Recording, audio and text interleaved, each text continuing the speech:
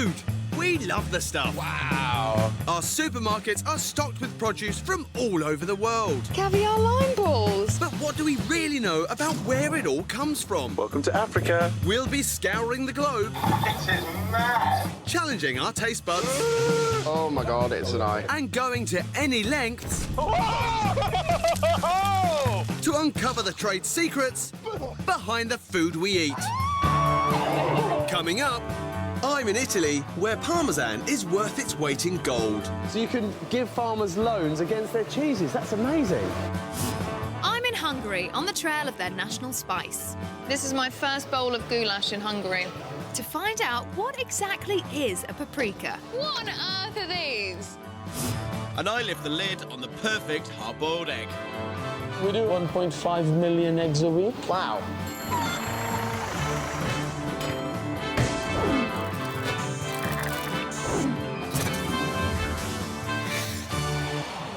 First, Parmesan cheese. Hi there, just a quick question about your Parmesan cheese. Why is it more expensive than something like cheddar? To be honest, I'm not sure. Pound for pound, it's sometimes 3 times more expensive than, say, like a cheddar. I wouldn't know the reason why, to be honest. Is it because it's kind of Italian and designery? Something special they put in it? Maybe it's from some kind of pampered cows.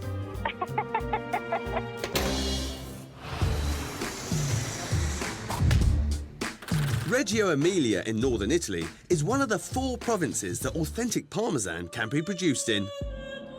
I've come to a dairy to find out what it is about this cheese that makes it so pricey.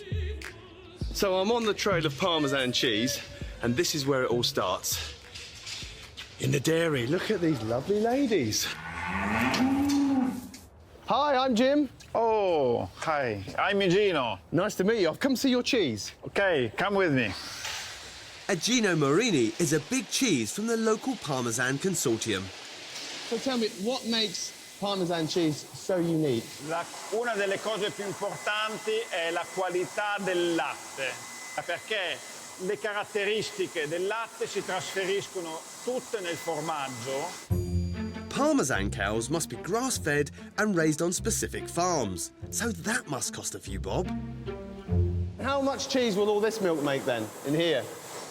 In ogni caldaia ci sono circa 1050 litri di latte e occorrono per fare 2 forme di formaggio. That's almost 50% more milk than what's needed for cheddar. This premium milk is then separated into solid curds and liquid whey. Allora, qui con questa sfera di lamelle taglia la cagliata in piccoli granuli che devono avere la dimensione più o meno di un chicco di riso. The mixture is then heated at 55 degrees centigrade until something begins to stir. Wow, look at that. So this monster cheese has just appeared. The rice-like curds have stuck together, forming an enormous cheesy lump. Look at that. That is one big cheese. So you basically release it from the bottom and now you're going to shape the cheese. Esatto. Si riuniscono tutti insieme e da una caldaia si ottengono 2 forme di formaggio. So now they've separated the 2 cheeses and now they're shaping. It's a nice little jiggle they got. The 2 balls of curds are then squeezed into moulds to give them that distinctive wheeled shape. Next, they take a dip in a salt bath to draw out the moisture inside. I've sunk your cheese. And give them that dry, crumbly texture. Perfect. The whole process is done by hand, the old-school way. Could that be another reason why this cheese can command such a high price? So this is the finished product. Is it ready to eat yet? Assolutamente no. Vieni che ti faccio vedere. The cheese is then aged in huge climate-controlled warehouses for at least 2 years. When it's fully developed, the wheels are worth around €500 each. How much is all this lot worth? Il valore qua è di circa 4 milioni e mezzo di euro. Wow. This cheese is so valuable that in the last 2 years alone, €6 million worth has been nicked from Italian dairies. Capita ogni tanto che ci sono dei furti nei magazzini come questo e quindi è un grande problema perché bisogna attrezzarsi per impedire i furti. Egino and his crew conduct regular quality spot checks. Corrono dei coltelli particolarmente affilati e a cuneo per aprire il formaggio. It's almost like surgery rather than cheese cutting. In order to do it properly, the rock-hard cheese is effectively prized open. It's like splitting a boulder. Any slip up here could end with a pile of worthless Parmesan. Slowly, slowly, it's beginning to open up. And after 15 minutes of careful cheese chiseling... Look at that. That is incredible. Allora, prima di mangiare bisogna fare così, aprire, annusare e poi assaggiare. Wow, that is perfection. Later, I head to a bank that's another branch of the Parmesan industry. So I could bring some of my pigs, because I'm a pig farmer, and lend me some money. Maiali no, formaggio sì. Next up, paprika. You know how a lot of spices, you know where they come from? So like ginger, coriander, garlic powder, I know where that comes from, but where does paprika come from? Is it ground up something? I don't think it is. It's powdered spice. I think it's similar to like cumin. I think it's chili, isn't it? My husband loves it. Does he? And it's in hot, yeah. Pops it on? Everything? Everything, and I mean everything. Yeah. The spice, so it's in the little small bottles that you get with all the spices. Yeah. Do you know where it comes from? No, I don't, I'm sorry. I've got a feeling paprika's from tomato. So paprika is what, Spanish for tomato powder or something? Correct. Perfect. Thank you ever so much. You're welcome. Bye. Bye-bye. Bye. To find out more about this fiery flavouring, I'm off to the country where it gets sprinkled over every meal at every time of day. It's breakfast time in Hungary, and have a little look at what's on my egg. That is paprika. The Hungarians eat a colossal ½ kilo of the stuff every year. That's more than anyone else in Europe. So to pinpoint a paprika, I've come to the right place. I've arrived in Budapest's Great Market Hall, which has everything you need to stuff a cabbage or garnish a goulash. Hi! Hi! Kate. Gabor. Nice to meet you. Great to meet you too. So we're going to try some paprika. Absolutely, yeah. I know the best places. Fantastic. Right, let's go. Gabor Banfalvi organises food tours around Hungary. He's keen to introduce me to their national dishes. And every national dish features their national spice. Boy, this is a paprika feast. Look at these colors. What's that? Beautiful hot paprika paste or puree, which is a very common thing here to put into your soup. Go for it. Let's have a little try. That is delicious. It's got a real warmth, hasn't it, from the paprika? Why is paprika so integral to Hungarian cuisine? It goes back to our history. We were introduced to paprika like 300 years ago by the Turks, and it slowly became a big part of our national cuisine. Do you almost use paprika as you would salt and pepper? I mean, is it that common? It's very common. If you go to a restaurant, you'll see salt and paprika. I've enjoyed my Hungarian banquets, but I still haven't spotted a paprika plant. So my next stop's a family-run farm in the south of Hungary. Hello. Hi, nice to meet you. Nice to meet you too. Hello, my name is Peter. Hello. So you grow paprika? Yes, we do. Actually, my family does. We're gonna go picking? Yep. All right, let's go. Peter's family have been producing their own paprika here for the last 42 years.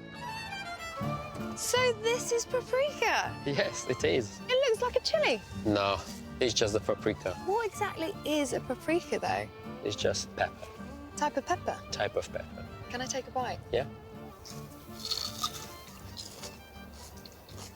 Mmm. That's like the sweetest pepper I've ever eaten. It's got no heat in it at all. No. So if paprika is simply a type of pepper, and these peppers are so sweet, wonder what makes the paprika I eat at home so spicy. So, are these paprika ready to harvest? Yes, it is. Should we get going? Yeah, sure. You just find the very best nice red color. Yes. Oh, those are all good. Look. Much like winemaking, there's a fine art to producing paprika.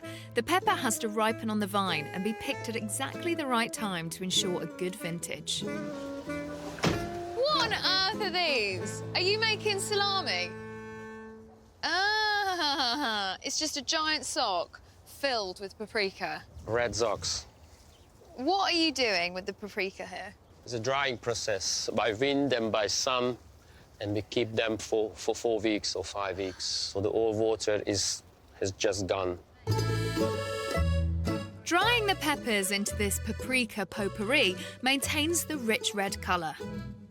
These person are one by one, remove the stalk and have a look which one is the wrong one. Peter's farm relies on traditional production methods. Each pepper is carefully de-stalked by hand, which makes this paprika a relatively expensive premium product. He's saying that you should do a little bit quicker. Right, OK, let's go. Whoa, he's fast. With the stalks removed, the paprika peppers are sliced and put into a drying machine to remove the last bits of moisture before they're ground. Ah, this is your paprika? Yeah, that's the final powder. That red is so vibrant, isn't it? And it smells so good. Right, I'm going to have a little try. That is very tasty. I don't think I've ever tasted a paprika that has that much flavour in it before. Why is that different to anything that I might buy in the supermarket at home? Because it's 100% nature and handmade. Where do you sell your paprika? Usually we sell it in Hungary for end users, and we have little markets. In fact, the Hungarians are so passionate about their paprika that not much of it gets exported. Most of your paprika is sold in Hungary? Yes, 80%. See, now I need to find out what goes into our paprika that we buy in the supermarket. Will I find out here? Hungary? No. So later, I head to Spain, where they produce most of the pungent red flavouring that ends up in UK supermarkets. This is like a paprika mountain. Yes. And I uncover the secret ingredient in our spicy paprika. Very, very hot. Next, hard-boiled eggs. I don't find it the easiest job. You know, peeling a hard-boiled egg often takes longer than you expect it to. It's the ultimate inconvenience food. The egg you can eat without bothering to boil it. But how do they end up out of their shell and ready for the shelves? How do you peel all of those eggs? Possibly they're peeled by hand, because I don't think we actually have a de-shelling machine. What's your best guess? Have you got an army of peelers? You better to roll them. Is that what they do in factories? That's what they do on the cooking programme. Is it? I'm on my way to find out how the pros crack the fiddly task of peeling a hard-boiled egg. I've come to a factory in Leicester where Pankaj Pancholi has spent the last 30 years perfecting his technique. You peel eggs for a living, don't you? That's all I do. That's all you do? Can you show me how you do it? You want to see it? I do. Come on then. Come on then, lead the way. Right, so I'm excited about this. There's your first one. That's the first one. Pankaj really is the egg man. As well as pre-peeled and hard-boiled, his eggs are also used in pies, Scotch eggs, sandwiches and egg mayonnaise. We do about roughly round about between 1.2 to 1.5 million eggs a week. Wow, that is a lot. These look like your traditional eggs. These look like the eggs you get for breakfast in foreign countries. Yeah, well, these are eggs from Holland. They're barn eggs. OK. OK, these are British eggs, brown eggs. It's the species. It's a different type of hens laying different colours of eggs. That's all it is. Next, it's time for the fresh eggs to get hard-boiled. You're cooking them in individual little egg cups? That's right. It's a suction pan, just sucks 30 eggs on it. This is the boiler. Yeah. Now, if you look at it, the eggs are very gently placed onto the conveyor. They're just getting placed in boiling water. You've got it. So, from there, spiral it out slowly and gently, and it cooks. How long does the whole cooking process take? Between 18 to 20 minutes, depending on the type of the eggs we're boiling. That's quite a long time. Yes, because it's very gentle and it's making sure the heat is penetrating slowly without damaging the eggs. I've always cooked my eggs in boiling water, but Pankaj finds the long cooking time at sub-boiling temperatures allows the middle of the egg to reach 85 degrees centigrade. This ensures the yolk is hard-boiled and any dangerous bacteria are killed off. Then it goes into what we call ourselves a high-risk area, because then the eggs are fully cooked. Before I can inspect the cooked eggs, a quick costume change is needed. Let me do it for you.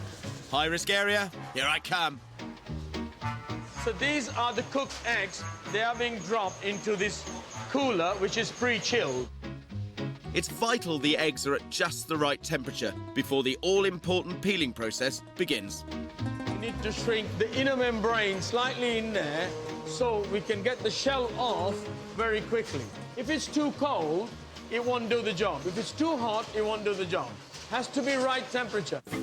11 degrees is optimum peeling temperature. And finally, the eggs are ready to enter the shelling machine. You can see the vibrating actions. There are on roller beds. Yeah. Basically, it's trapping the egg between the two rubbers.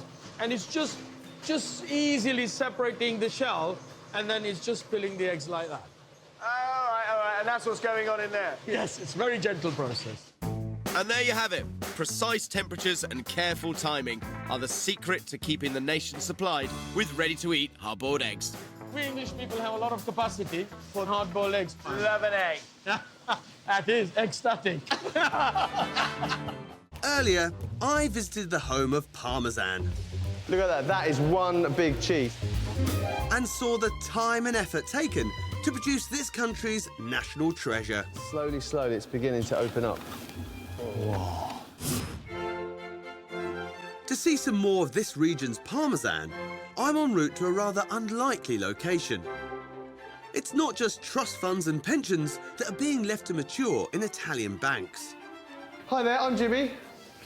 Now, this is a bank, right? Am I in the right place to talk about cheese? Certo, vieni con me che ti faccio vedere. Roberto Frignani runs one of the main banks here, and his high-security vaults contain gold, but not the bullion kind. Look at this. Why have you got cheese? Noi abbiamo 300.000 forme di formaggio che custodiamo per conto dei produttori. Con queste forme di formaggio fanno una garanzia che poi noi anticipiamo. So you can give farmers loans against their cheeses. That's amazing. This region is the only place in the world where banks accept cheese to guarantee loans. What is the problem for the cheesemakers then? Perché da quando il produttore prende il latte e lo trasforma, diventa parmigiano reggiano e viene venduto, mediamente passano 24 mesi, cioè 2 anni. E per andare avanti nella loro attività hanno ovviamente bisogno di denaro. So I could bring some of my pigs, because I'm a pig farmer, and lend me some money. Maiali no, formaggio sì. Yeah. Roberto has a secret weapon for ensuring these precious products age as they should. Whoa, what on earth is that? Noi abbiamo delle macchine automatiche per pulire il formaggio, vedi che lo tira fuori, lo spazzola tutto e poi lo rimette a riposare. This marvellous machine extends 60 feet to reach the top shelves. Each of these 300,000 cheese wheels must be regularly lifted, dusted and flipped. Questa è la stagionatura del parmigiano reggiano. This precious Parmesan is crafted by hand, but cared for by robots. That is astonishing. Are you ever worried that it's going to turn evil and try and take over the bank? The revenge of robots. The revenge of the cheese robot. Earlier, I went to Hungary to pick a paprika and found out this favourite flavouring is actually made from a pepper. That's like the sweetest pepper I've ever eaten. But this sweet paprika doesn't taste like the spicy stuff we're used to in a chorizo. Whoa, he's fast! So I'm off to Spain to see how they make the hot paprika we find on our shelves in the UK. Murcia in southeast Spain is one of the country's main paprika producing regions. This family-run factory exports more than 7,000 tons of the spice every year, with much of it destined for British supermarkets. Carlos? Yes? So you're making paprika? Yes, a little bit. I can smell it on the air. Do you like it? I love it. Can we see? Yes. Let's go in. Lovely. This is like a paprika mountain. Yes. Yes, it is. Spain is one of the world's leading producers of peppers, but the ones in these sacks aren't just the homegrown variety. So where are these paprika from? These are from Peru. Is that where you get all your paprika from? No, we get it from Spain, China, Peru, India, many places all around the world. There we go. The seeds are removed, but every other bit of the pepper, including the stalk, is put into this machine and the grinder gets to work. That's pretty fine. That's quite fine. Let's have a little taste. And that tastes really good. A lot of flavours. Delicious, very tomatoey. That's good news. But no heat. It tastes pretty good, but without the heat, this paprika hasn't quite got the spicy kick we're used to. So Carlos, how do you make hot paprika hot? I can show you now. Okay, right. You can see the beginning of our blend is a lower quality, which is basically made with seeds. So even the seeds get put back into the paprika mix. So this is part one. Part one. Part two is the red capsicum. Ah, now we're talking. So this is red paprika? Yes. The third one, which is the special ingredient to provide the heat, is the cayenne pepper. Cayenne pepper? Yes. But that is not paprika. Cayenne pepper provides the heat that the customer is asking for. At the same time, when we make the blends, we keep the quality homogeneous throughout the year, same color, same pungency, same characteristics. So the only way to make consistent high volumes of spicy paprika is to add cayenne pepper to this blend of sweet peppers from all over the world. Look at that. But there's a certain skill involved in working out the right proportions. Right, I'm going to try it. Try hard.